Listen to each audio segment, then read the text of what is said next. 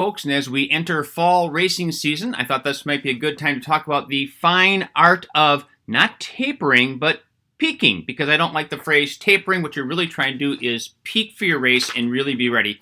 So I will tell you first off, I'm going to say taper again. In my experience, most people taper too much. So first of all, the only distance from the 5K to the marathon in which you really taper, really make a big difference in the volume you're doing. That's where the tapering comes from, is tapering down the volume, is in the marathon. You really don't need to do very much of that at all when it relates to the 5K or the half marathon. But what you're really trying to do is make sure that you reduce volume, but not intensity. Now that volume, as I said, really applies to the marathon much more so than the other distances, and you don't want to reduce intensity. Some people will cut that all out. Well, I made the comment that I think people taper too much. Well, if you do too little running, you end up with dead legs on race day. So if you ever had one of those races where you got there, you thought, geez, I should be so well rested, my legs just don't want to go today, there's a good chance you actually weren't doing enough. Because as I said, in my experience, most people don't do enough. They taper too much, and that's not peaking, that's just knocking your volume down.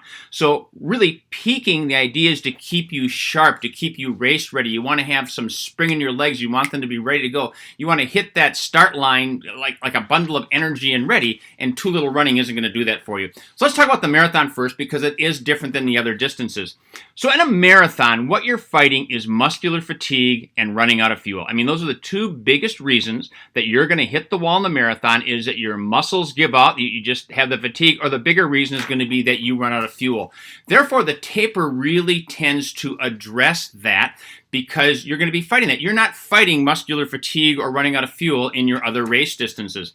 So the general rule of thumb for a marathon is that you want to reduce your volume when you start your peaking by about 60% over what you've done the last month. Not necessarily your highest week, but on average, what was your average week for, say, your last month of running? You knock that down to about 60% of that volume, then about 30% of that volume. Now, that's really a rough guideline. It is an art of peaking. It is different for everybody. For example, I'll tell you, if it's your first marathon, that might not be enough. You generally need a little bit more for a first marathon. But if you're a very experienced marathoner, this might be way too much. You don't need that. So why would that be? Well, what you're trying to do in that peaking for the marathon is that you're trying to recover from the relative rigors of marathon training, and that's where the experience comes in. So if this is your first marathon and you're not used to pounding out 50-mile weeks, 60-mile weeks, whatever it is, long runs of 20 and all that, that takes a lot more toll on your body than somebody who's done 10 marathons before. So your body probably needs a little bit more recovery,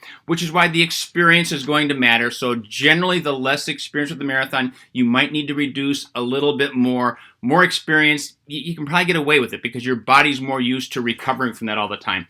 The second reason that you're tapering in the marathon is you want to allow your muscles to be satiated with glycogen. You've been using fuel all through muscle training. As I said earlier, the two reasons you're going to hit the wall: muscular fatigue, which is why we're allowing our body to recover from the rigors of training, and running out of fuel, so we want to get our body satiated with glycogen. The fact is, if you're used to running 60 miles a week, I'm just using that number, and race week you're down to even 30 miles a week, I mean, that's such a reduction in volume, you're going to get a lot more glycogen in anyway. But those are the two biggest reasons that we taper during the peaking process of the marathon, is to address the muscular fatigue and the fuel.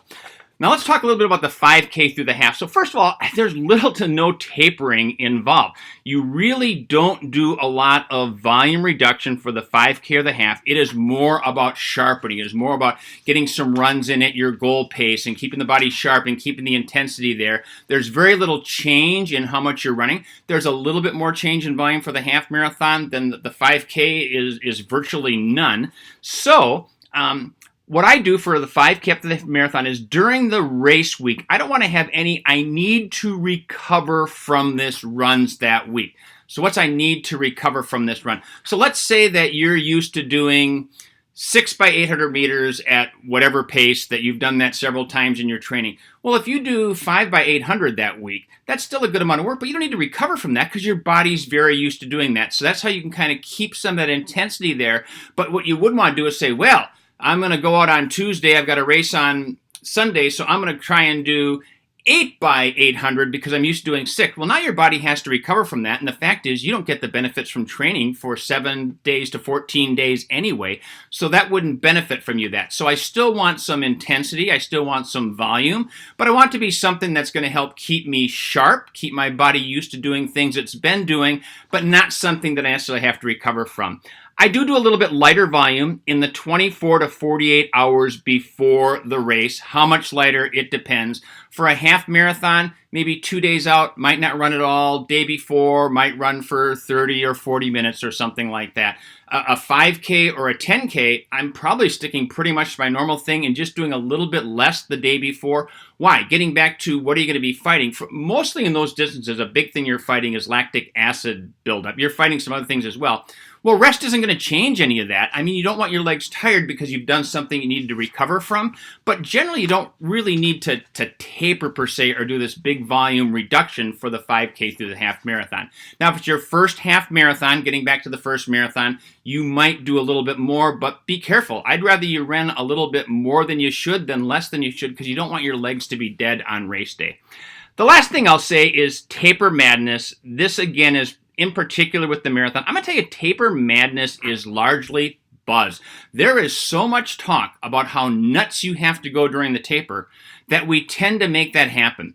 Really, the only things that are almost a foregone conclusion during the taper for the marathon is that you should feel a little bit antsy. I mean, if you're used to running 60 miles a week or whatever it is, and all of a sudden you're down to 25 or 30, your body has a lot of energy. And it's not unusual to be sitting at the dinner table and you're just kind of jittery and antsy. I think that's a common physiological response. And it is normal to feel some aches and pains, I think, for two reasons. One, you didn't feel them before because you were doing all the training. And two, your body is doing some degree of repair. But all the other things they say we have to go nuts, oh my gosh, watch out for me, I'm tapering. I think we tend to make those things happen because we keep talking about how they have to happen, but they're not a foregone conclusion. Anyway, there's a lot about the art of tapering. So remember, peak for your race. Don't taper.